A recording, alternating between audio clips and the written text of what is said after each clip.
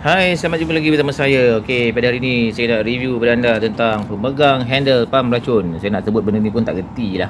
Tapi bila saya cari dekat dalam online, dia kata nama benda ni lah pemegang handle pam racun. Okey, inilah dia pemegang handle pam racun. Sebenarnya pemegang handle pam racun ni adalah kali kedua saya beli ni. Kali pertama dia kata bagus punya lah. Dia ada release pressure, tapi saya tak pastilah. Pam racun saya tu ada kat kampung. Ingatlah berapa dia punya diameter, saiz dia.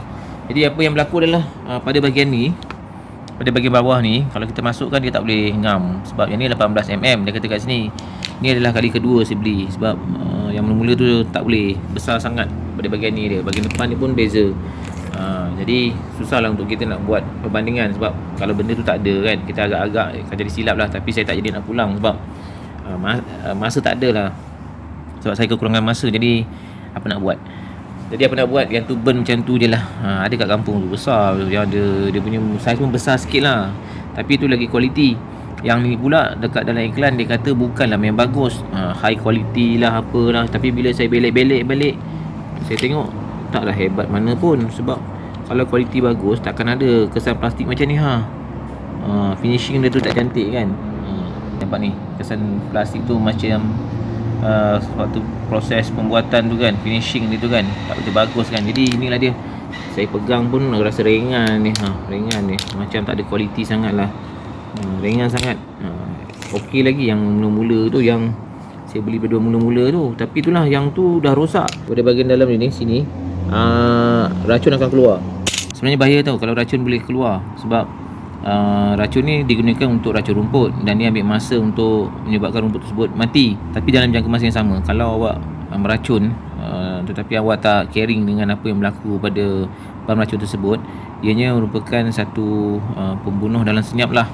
Di mana awak akan dapat kemalangan lah, di mana awak boleh terkena racun tanpa disedari. Awak rasa tangan awak basah, tapi datang daripada nozzle ni yang dah rosak ni. Jadi saya tukar barulah. Itulah, rugilah. Dah beli kali pertama tapi saiz tak betul. Beli kali kedua dapat macam ni je kualiti dia. Tak ada apa-apa brand pun. Basic sangat, dengan dia punya finishing ni pun tak begitu cantik. Tapi apa kena daya. Tapi walaupun mana pun pakai je lah kan, sebab dah beli kan. Okey, daripada pengalaman saya lah yang lalu-lalu kan, nozzle ni sampai masa dia akan rosak lah. Plastik, maklum sajalah kan, plastik dia bukannya seperti nozzle lama, dia buat daripada copper kan. Jadi ketahanan plastik ni tak sama lah macam sebuah tembaga kan. Tapi walaupun mana pun boleh lah. Tapi apa yang pasti sampai satu tempoh plastik ni akan jadi rosak. Jadi bila dia rosak tu, dia tak rosak kat bahagian pemegang apa semua, dia rosak pada bahagian dalam tu. Saya dah cuba tukar dah. Lepas tu benda ni tak ada jual, dia punya parts ni. Lepas tu dia punya gasket ke getah pun tak ada jual.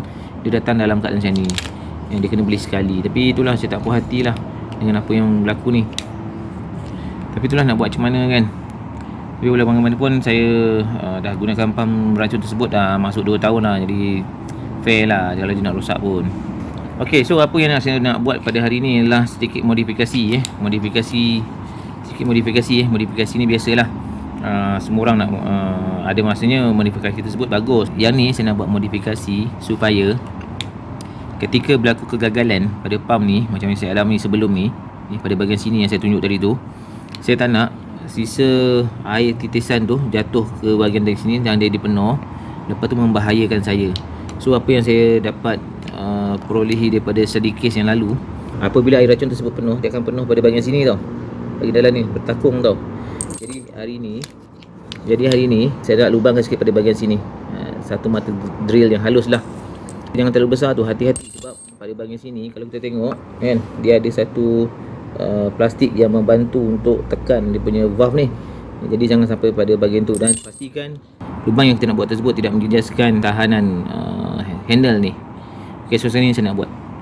Saya dah pun buat lubang pada handle ni. Ini kesan drill tadi yang saya dah buat je. Okey, sekarang ni saya dah buat lubang pada bahagian ni. Lubang ni kalau nak buat hati-hati tau. Saya tak pernah tengok orang buat macam ni, tapi saya buat ni pun sebagai ikhtiar lah, supaya memastikan kalau ada kegagalan pada valve ni, apabila air racun tersebut bertakung di sini, dia akan terbuang pada sini. Memanglah kalau kita nak pegang tersebut, dia kena dia hampir dengan tangan kan, tapi dia tak menyebabkan dia melempar sampai kat sini. Jadi kalau kita dalam keadaan condong macam tu kan, condong, dia akan jatuh. Kalau ada air sikit-sikit lah, kalau teruk sangat tu memang kena tukar lah. Tapi ini sebagai langkah berjaga-jaga. Dan pengalaman saya ketika gunakan benda ni, apabila benda ni rosak, apabila benda ni hampir-hampir nak rosak, dia akan mula leaking kan. Jadi inilah saya punya ikhtiar. So daripada apa yang saya nak sampaikan sini adalah safety lah. Safety is very important. Whatever yang nak buat, safety first. Apabila kita dapati satu alat tersebut mempunyai bahaya pada diri kita, kita hendaklah mengatasinya. Contohnya apa yang berlaku pada apa yang saya terangkan tadi. Saya dapat pengalaman ni di sebalik apa yang saya lakukan. Racun adalah satu benda yang berbahaya. Dia tak nampak tapi dia boleh meresap masuk dalam badan. Jadi kita hendaklah mengelakkan daripada tersentuh pada racun tanpa kita inginkan lah, tanpa kita sedari. Jadi apabila berlaku sesuatu yang tak diingini, supaya kita terhindar daripada kemalangan diakibatkan oleh racun. Bahaya tahu racun rumpai ni. Racun rumpai ni biasalah kan.